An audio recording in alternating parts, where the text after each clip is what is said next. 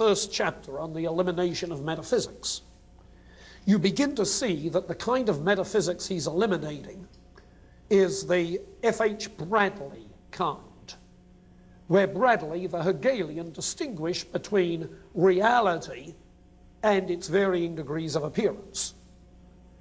The reality in itself is not empirically accessible. Talk about it is not empirically verifiable. That metaphysical assertion would be eliminated.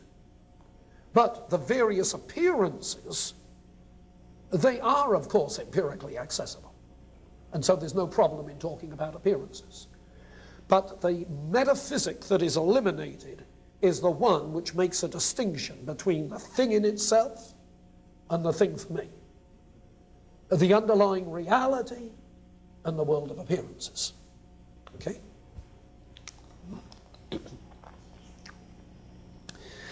Now, there is a third distinction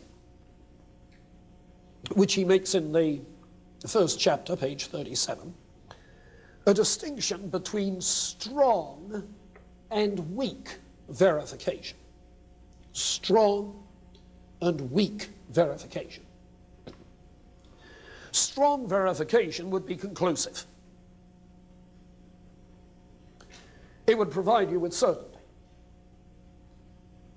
The sort of thing which the foundationalist would want. Weak verification would be satisfied with probability. Now, Ayer is perfectly happy then to define a verifiability principle which admits indirect verification, verification in principle rather than necessarily in practice, and weak rather than strong verification. Okay? Keep that in mind, it's pretty important.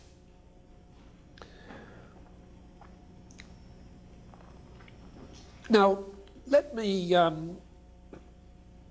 make some comments about the kinds of response that this verifiability principle met with. Because within a couple of decades, it was having to be reformulated under criticism.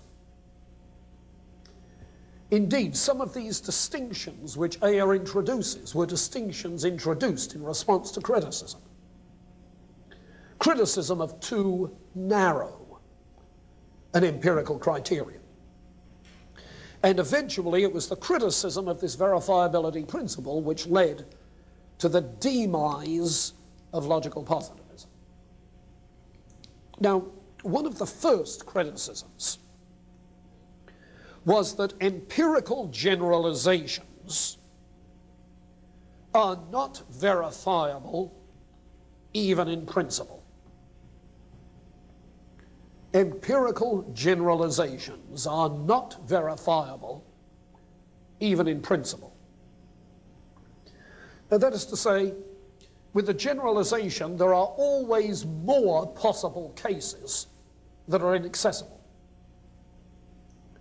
So that any statement about all members of an extensive class would, by the verifiability principle, be without factual meaning. And the response to that was to claim that, all right, what we need is a falsifiability principle. That is to say, an empirical generalization is always falsifiable in principle. If you could find one negative instance, you've falsified the generalization. Okay? All Cretans are liars. Now find a native Cretan who's not. And you've falsified the general statement. What this then means is that you simply want a proposition, a purportedly factual statement, to be amenable to either verification practices or falsification practices. Verifiability or falsifiability. some such, for it to have empirical reference. You might say, why not insist simply on falsifiability?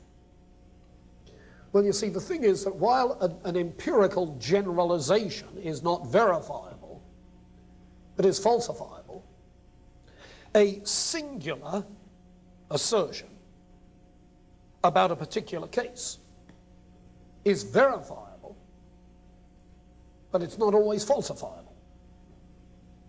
You see, there exists a so-and-so who is not always falsifiable. How do you know that there does not exist someone of that description who's hiding every time you go looking? You see. So you need both the verifiability and the falsifiability. The second line of criticism was to do with the status of the verifiability criterion itself. The positivist tells us that all statements are either synthetic or analytic, factual or formal, which is the statement of the verifiability principle. Is the verifiability principle a factual statement? That is indeed the meaning of meaning? Or is it a formal statement, analytic? Well, it becomes very evident that the verifiability theory is not an empirical statement that is amenable to verification or falsification by empirical procedures. I had a professor in graduate school in the 50s who, to make the point, said, people have been something else by meaning all the way through history. That is to say, if this were an empirical description of factual meaning, that the only factual meaning is with reference to empirical objects, to empirical data, then it would be impossible for people to find things meaningful which refer to other kinds of entities. As, of course, they do. Plato found it very meaningful to talk of real forms. Theologians find it very meaningful to talk of God. And neither of these are empirically accessible for verification purposes. You see. So it is plainly either a factually false statement or it is not a factual statement. Now, Ayer got the point. And he backs up from claiming that it is a factual statement about the meaning of factual statements, and contends instead that it is a methodological stipulation. In other words, it's a rule that the positivist adopts for methodological purposes. Well, if that's the case, and you don't want to adopt it, you don't have to. And consequently, the verifiability principle loses its hold on philosophical discourse. You see. If you want to be an empiricist, if you want to be a positivist, then this is a good principle to work by. But if you don't want to be a positivist, then obviously there's no necessity incumbent on you that you adopt it. And the whole tempest began to subside. You see. It's hardly a definition, it's much more an arbitrary principle. Just because it is supposedly common to the empirical sciences does not mean that it's applicable to all factual statements. But that led to a third line of criticism. You see, the verifiability principle was developed on the assumption that it was the operative principle in the empirical sciences. But we began to get developments in philosophy of science which made it plain that the sciences are not purely empirical. And so this is not even the principle that's applicable to the empirical sciences. Now you can anticipate what those developments were. They were the developments that began to recognize subjectivity in natural science. Developments that began to feel the influence of Kant's a priori grids, the Copernican revolution in the natural sciences. Developments that began to reject the oversimplicity of the hypothetico-deductive method. And let me mention 3 or 4 of these. One was the work of a man named Norwood Hanson, a book of his called Patterns of Discovery. Hanson taught at Yale, history and philosophy of science, and his historical research led him to the conclusion that all observations are theory-laden.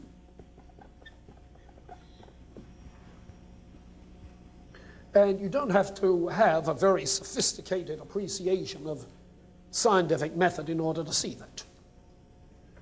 The scientist doesn't just stand around gawking at all possible data.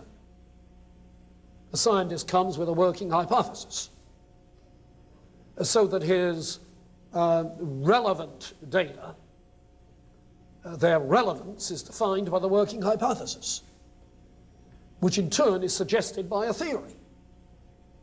In other words, there are antecedent conceptual factors which determine what data you take into account. Theory-laden observations. Second example is one you're probably more familiar with, Thomas Kuhn. His work on the structure of scientific revolutions.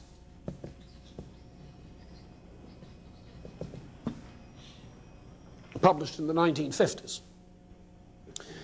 in which he, on the basis again of his history of science studies, began to recognize that theories are part of a much larger conceptual paradigm,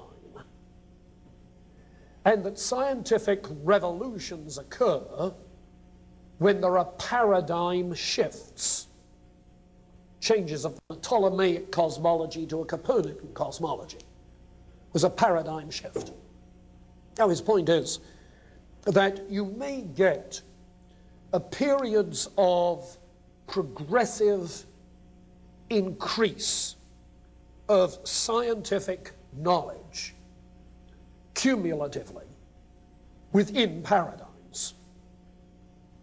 And granted the paradigms, there may therefore seem to be the empirical verifiability of certain theories that work, though they're suggested by the paradigm. But then, when you get a paradigm shift, a different framework of explanation is involved. And the paradigm shift does not occur because of the weight of empirical evidence. It occurs because within the scientific community there develops, often for non-empirical reasons, dissatisfaction with the existing paradigm.